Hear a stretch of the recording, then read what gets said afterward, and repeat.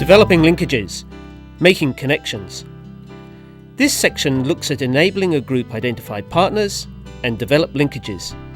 It is in two parts: identifying partners and stakeholders, techniques to assist a group engage others. Not everyone needs or wants to be involved in all decisions. It is, though, necessary to enable a group realise some of its parameters and its sphere of influence. There are a number of exercises that can assist a group identify stakeholders and explore potential partnerships. These include nature of the problem, Venn diagramming, Stakeholder Matrix, frequency impact charts, and the Knotty Problem. Looking first at the nature of the problem. To initiate a discussion on the nature of the problem or project being considered by the group, use an object in the centre of the room as one extreme and the walls of the space as another, and ask participants to position themselves first to demonstrate their perception of the size of the project or problem that they are tackling, followed by another problem or project that they might have some experience of, such as building a house.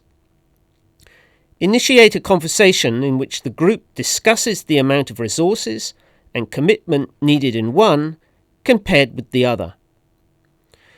Venn diagrams can help a group understand the stakeholders in their issue more clearly.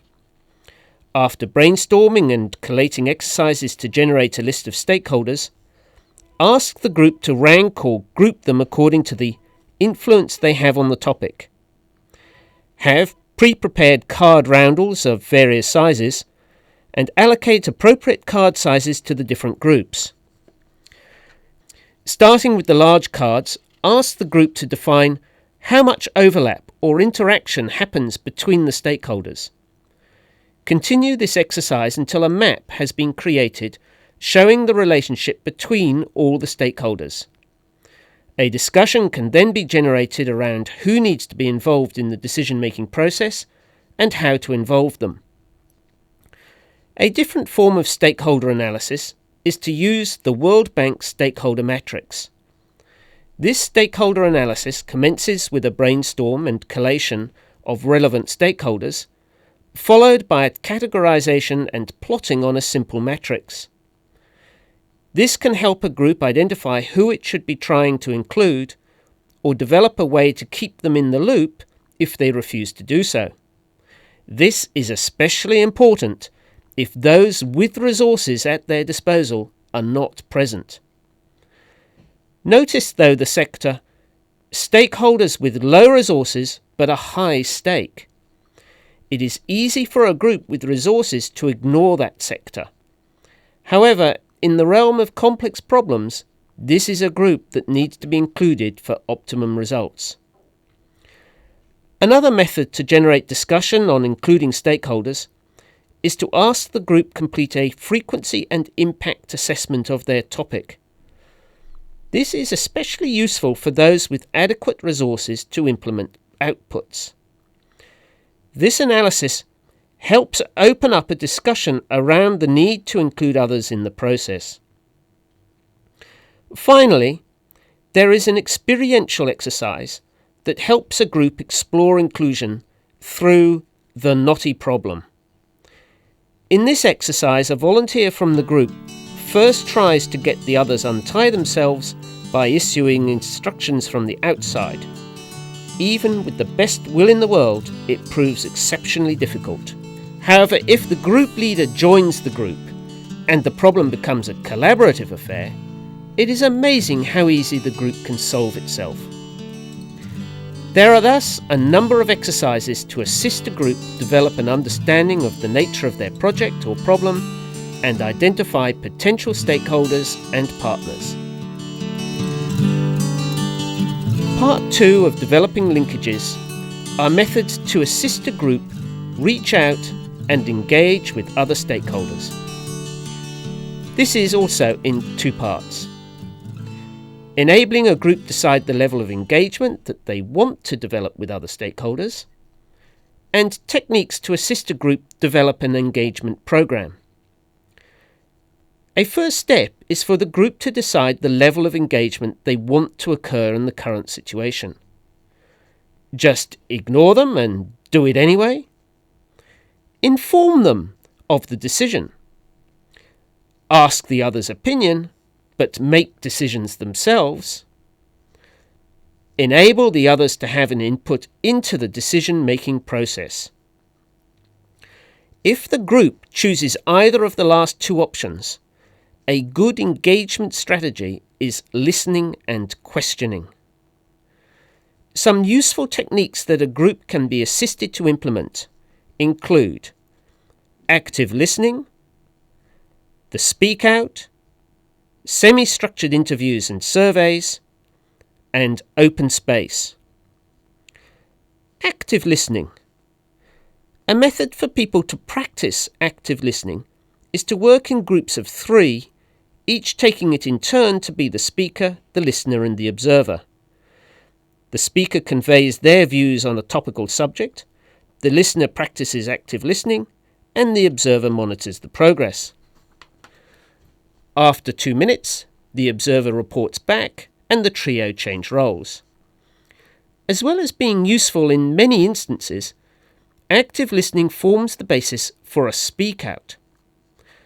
A speak out provides a welcome alternative to the public meeting.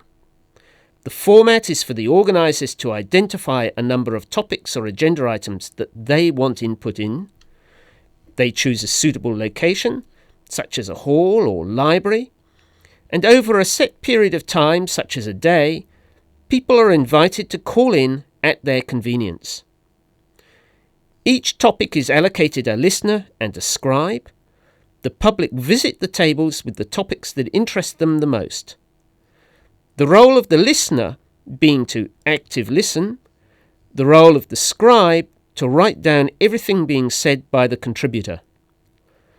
Depending on the level of involvement desired, at the end of the day, either the organisers collate the information or the public are invited back to be part of that process.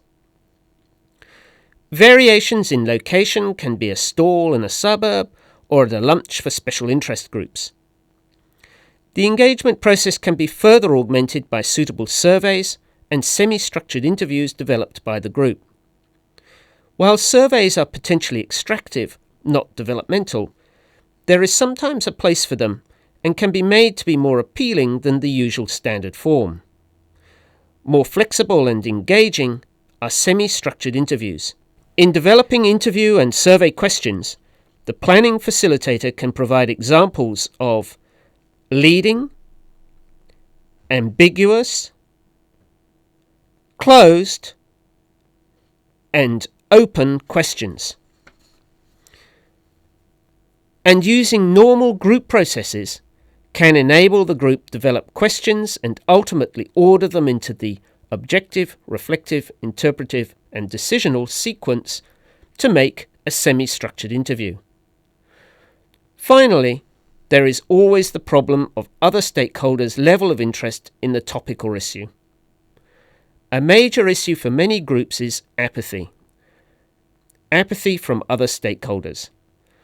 The World Bank identifies 2 reasons for apathy. The first is fear, either fear of reprisals, or possibly in some parts of the world, fear of really boring, unproductive meetings. The second is that people are just not interested in the same things as you. One way to overcome this is for a group to organise and run an open space workshop for other stakeholders. The planning facilitator's major role being to enable the group identify the theme for the workshop and potentially open the space on the day. This process is exceptionally powerful where there is a diverse range of issues and ideas that people want to discuss around the theme.